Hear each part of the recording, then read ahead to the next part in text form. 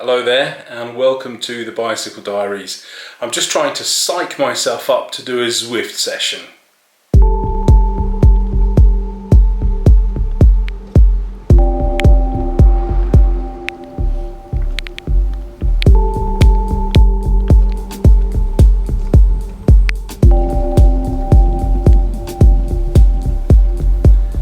So here we are, it's a rather dull and wet Thursday afternoon and I really do need to get on the bike and start building up my fitness.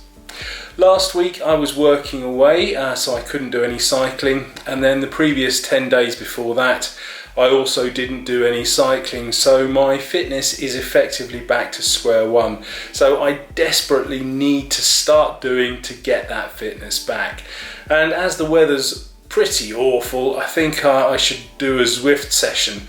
The trouble is I'm just not motivated to get on the bike and actually do one.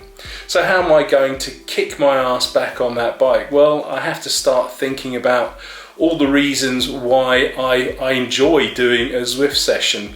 Firstly, it's not a bad way of spending 45 minutes on the bike. It's a little bit nicer than spending it actually out on the road on a day like today. You're not going to get wet. There's no headwinds to contend with. You can listen to music. You can start off nice and gently and then build up to it. Plus, it's actually quite good fun doing Zwift. So yeah, there are all the positive reasons to actually get on the bike. All I've got to do now is just put on my big boy cycling kit and actually do it. And that's the really hard bit.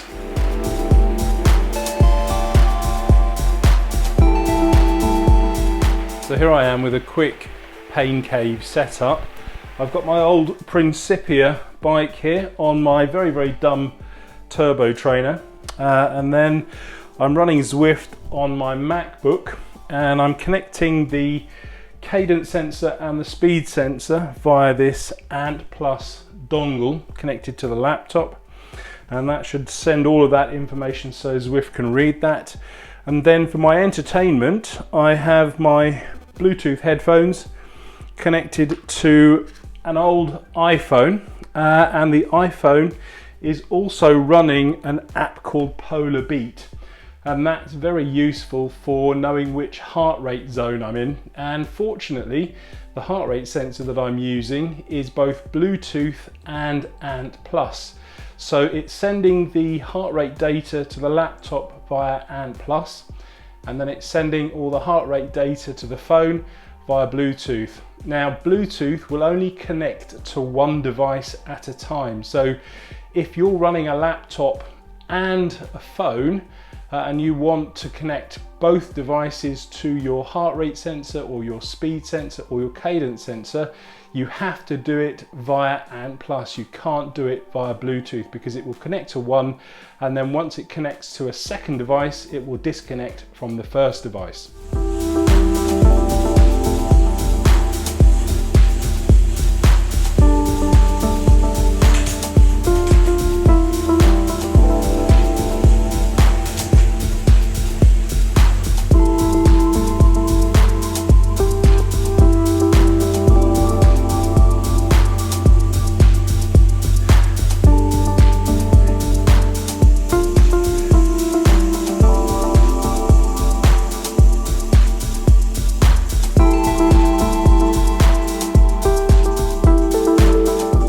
Unfortunately, when the weather is cold and wet and as miserable as it is, it's really hard to kind of motivate yourself to go out on the bike. Yes, I did my Zwift session yesterday and that gave me a little bit of motivation, but there's nothing like a new piece of kit to get the juices flowing even more. So I've been toying with the idea of buying a new cycling computer.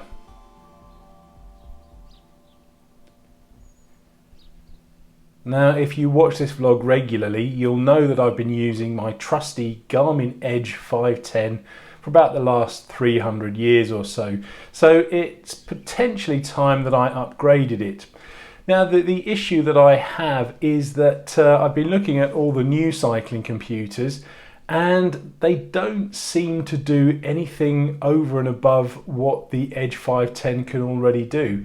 Basically, I use my Edge to give me all the basic numbers, so speed, distance, heart rate, cadence, and that kind of thing. And obviously a new cycling computer is going to give me that as well. But for me to spend £200–300 on a cycling computer, it's going to have something pretty impressive to make me want to spend that kind of money.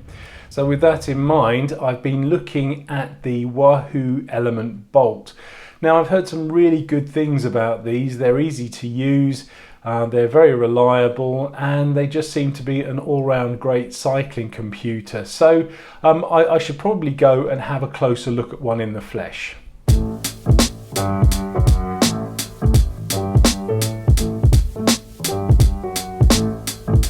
Just been down to my local Evans to meet the Wahoo Element Bolt in the flesh, or at least one of the dummy models that they put out to stop people from pinching them. The young lad that assisted me was very helpful, but from what he was saying, it sounds like the Bolt isn't going to give me much above and beyond what the Edge 510 is already giving me. On the plus side, it did have some really cool features like the text alerts. So it will, if you receive a text while you're out cycling, it will relay that text to you via the screen. Plus it will also tell you if you receive a call what number that call's coming from. The navigation seems to be a little bit better with a slightly more detailed map. Plus it also has like a series of lights that you can assign to a particular metric. So for instance, your cadence, if you want to maintain a 90 cadence, the series of lights will let you know if you're deviating from that at all. But apart from that, yeah, it just seems like a fairly basic cycling computer.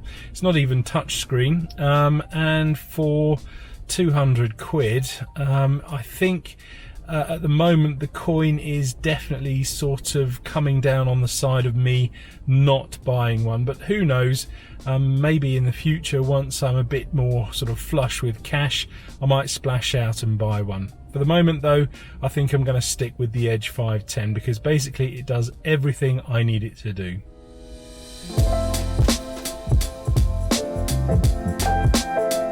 When I was a kid, I remember an advert on TV that went something like this: rainy Saturday, there's never been a flatter day.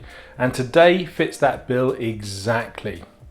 As you can see, it's still chucking down with rain. In addition, we've also got some rather strong gale force winds, so riding a bike outside today is going to be a little bit of a fool's folly. Certainly not for me, so I've ended up doing another Zwift session, which explains why I'm looking all manly and rugged at the moment.